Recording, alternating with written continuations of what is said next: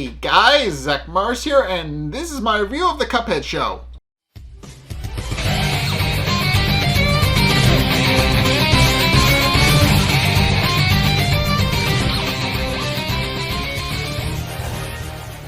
Okay, so this episode formally introduces us to King Dice. If you guys don't know, King Dice was the secondary antagonist of Cuphead, and he's in here. He finally gets his own dedicated episode in this one, but yeah, this one is kind of a little bit interesting in how they actually wound up going out introducing him, and so it starts off with Cuphead and Mugman pushing what we later find out is Elder Kettle's lucky tire down a stick down a dirt road, which was a popular activity at the time that this was set. I'm not entirely 100% on that, but in any case, Elder Kettle pokes his head out as they're playing, curious about what they're actually doing, and tells them that it's almost time for their favorite radio show, of course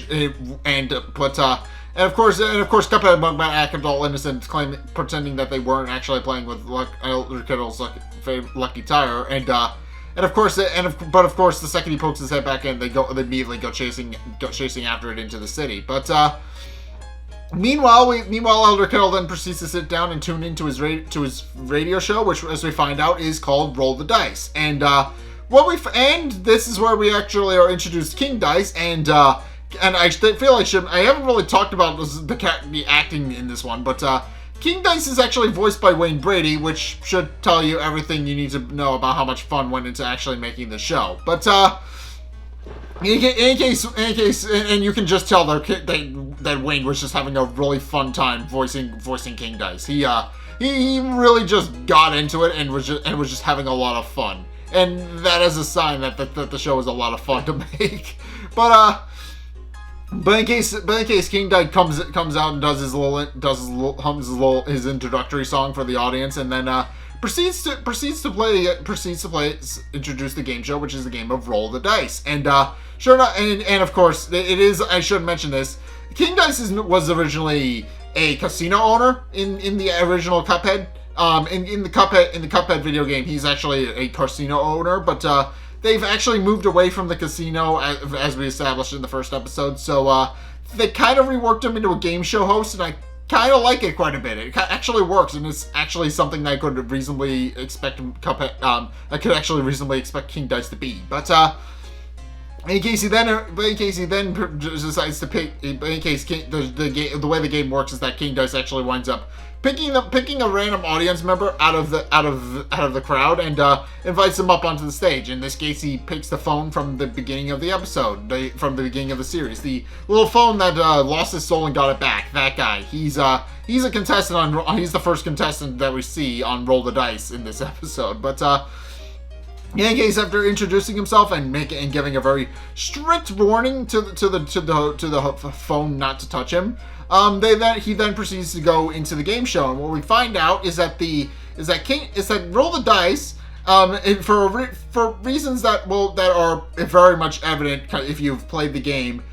Roll the Dice is rigged so that it's basically impossible to lose. So first thing first, they actually pick a song that everybody knows and is and therefore is impossible to get wrong.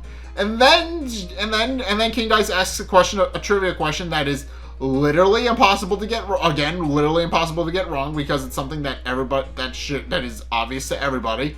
And I forget what song he's picked, but specifically the trivia question is about how elephants apparently can't jump, or at least according to the Cuphead show. I'm not entirely 100%.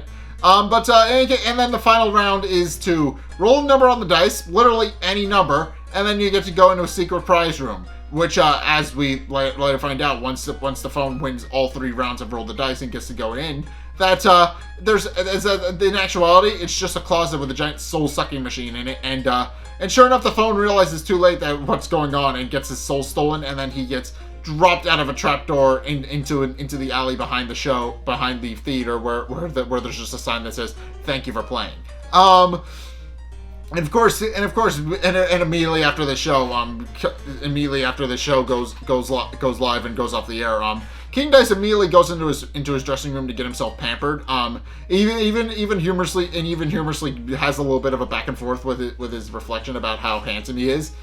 before being told that it's time for him to get back on stage, and he immediately goes into another show. And on his way out of his dressing room, he actually passes a wanted poster for Cuphead from the devil, which he doesn't see at first, but in case he goes out into the theater and gets ready to pick his next contestant, and it's right at this moment where Cuphead and Mugman actually run into the theater trying to catch Elder Kettle's lucky tire, and then they're immediately stopped by King Dice, who picks Cuphead to be his next victim, basically. And unaware that and of course, Cuphead immediately comes up, and what we find out is that Cuphead is a little too energetic and a little too in love with King Dice as a celebrity. And sure enough, the first thing he does is hug King Dice, which King Dice is very uncomfortable with, and actually winds up prying Cuphead off his leg, and then asks him to introduce himself. At which point, Cuphead basically just takes over King Dice's show, and won't let him have the microphone back. Basically, I should mention, first and foremost, he snatches up the microphone and gives a very energetic response about all the things he likes. And it's very. I don't even know the complete list because it goes by so fast. But it is a very funny, very humorous thing. And of course, when King Dice gets ready to actually start the game show, he then proceeds to pluck up the radio again, and proceeds to point out that King Dice is actually a lot shorter than he was in person, and also calls out somebody named Jimmy when he realizes that the radio show is being aired all over, and says to Jimmy that he knows what he did.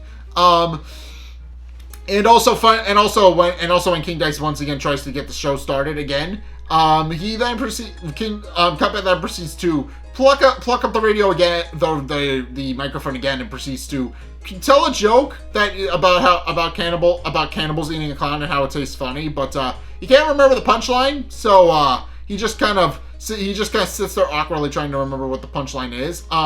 And while King Dice is kind of getting exasperated with Cuphead, he eventually notices the poster on the wall for Cuphead's soul, and snatches up the radio from Cuphead the microphone from Cuphead one last time to tell him that they're going to go to commercials so that he can actually go and call the devil. And of course, and sure enough, he does he leaves to go do exactly that. But of course, and if the devil doesn't fully understand who King Dice is or why he's calling, and it's at this point where I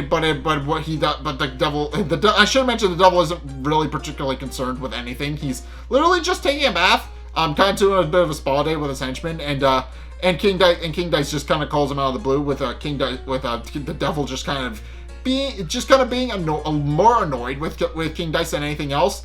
And even tells him that that it's not a good day for him to be disturbed. But it's at this point where King Dice actually winds up telling him that that there's a certain cup that's appeared on his show, and of course the devil then proceeds to immediately perk up, realizing that he may now finally have him. And sure enough, King Dice declares that he's going to do everything in his power to make sure Cuphead wins his show. And with the devil thanking him and giving him a bit of a pat on the back as his number one, but also tells him not to disappoint him and before hanging up and going back to his bath. At which point, the King Dice then proceeds to once again snatch the microphone away from Cuphead and proceeds to get ready to go into the game show, where he tries to, and of course the first thing he tries is to actually get try and get him to guess a song, but and of course it's a very obvious song. It's a song everybody knows, "Twinkle Twinkle Little Star." But Cuphead, but it should be noted, Cuphead is an idiot, so he doesn't know what "Twinkle Twinkle Star" is, and though he understands the tune, he doesn't actually know the name of the song. So he winds up guessing something that's completely wrong, much to Elder Kettle's annoyance, who is actually watching this on his radio at home, and who's actually hearing this on his radio at home, and is obviously very, very visibly annoyed at the fact that Cuphead doesn't know what "Twinkle Twinkle Little Star" is. And of course, Cuphead winds up losing, which but because King Dice is very desperate for the fact that he wants to actually capture King Cuphead's soul for the devil. He proceeds to tell Cuphead to pull a line and see if they know the song, and of course, Cuphead immediately does this. He calls up Mugman, who is sitting in the audience waiting for him. But what we find out is that Mugman has terrible stage fright, and the second the spotlight goes on him, he quite literally freezes up and is kind of catatonic for the rest of the episode. He doesn't move like at all. But in any case, with Cuphead realizing that he now no longer has a line to call, he kind of becomes a little bit dejected and declares that he must have lost, and proceeds to get ready to walk off the stage. But of course, we've established that King Dice is very desperate to get the Cuphead's soul for the devil. So he decides that Cuphead deserves a second chance, since obviously his helpline froze up, and the audience cheer him on, pointing out and even remarking that is indeed fair. So it's at this point where to rig it even further, King Dice then proceeds to ask Cuphead what his favorite song is, and then tells the orchestra on stage what Cuphead's favorite song is, so that he has no choice but to guess what his favorite song is. And of course, this winds up working completely, because as we find out Cuphead's favorite song is "The Man on the Flying Trapeze," which is very in character for Cuphead, I should mention. But yeah, Cuphead kind of realizes that something is a little bit scummy there, but he does ultimately wind up answering the question correctly, and is allowed to move on to the second round, where he's allowed to ask you another very basic trivia question that once again is very impossible to get wrong, and of course he then proceeds. And of course, the question that King Dice asks him is, where does the monster of the Panacea Cave live, or something along those lines? And of course, even Cuphead isn't stupid enough to not figure out that it's a trick question. So of course he answers the question correctly, which much to King Dice's joy, and then they move on to actually rolling the dice. And Cuphead does a very big thing of actually cracking both his knuckles and his neck. He actually in a very comical and cartoonish fashion. And then spits on his hands and gets ready to roll the dice, before suddenly he remembers how the rest of his joke goes, and proceeds to tell the punchline to the cannibal joke I told you guys earlier. Of course everybody laughs a little bit, and Cuphead then decides that they're going to go commercial, decides to go send the show to commercial, which King Dice stops, and remarking that they're not going to commercial, and but then proceeds to pick up Cuphead and place him back on the pedestal for the dice roll, and tells him to once again to roll the dice, and everybody starts chanting "roll the dice." So of course Cuphead rolls the dice, but he winds up rolling it so hard that it actually breaks off the little spindle thing that the dice are on, and not only do they fly off and land on the ground, but they actually wind up shattering and completely destroying it. Which of course King Dice has no idea how that's even possible, and starts sobbing internally a little bit, and his mustache actually winds up fraying up. But of course now Cuphead is fairly certain that he lost at this point, and proceeds to continue to try and walk off the stage. But King Dice, still once again desperate to get Cuphead's soul, then proceeds to point out that actually losing the game is a good thing, and proceeds to bring him to the special mystery prize room in an effort to try and steal his soul. But of course, by this point, if it wasn't obvious already, and it clearly wasn't, everybody in the audience now realizes that Roll the Dice is actually a rigged game show where you're supposed to win. And of course Cuphead hears them chanting, despite the fact that before King Dice can actually put him in the room, and proceeds to walk off and scoops up Mugman for good measure, telling them that they're actually going to go home, and this results in King Dice finally snapping and pointing out that the two of them are going to go into the secret prize room, whether they like it or one way or another. And proceeds to snap off the mustache from his giant caricature that points to the special prize room.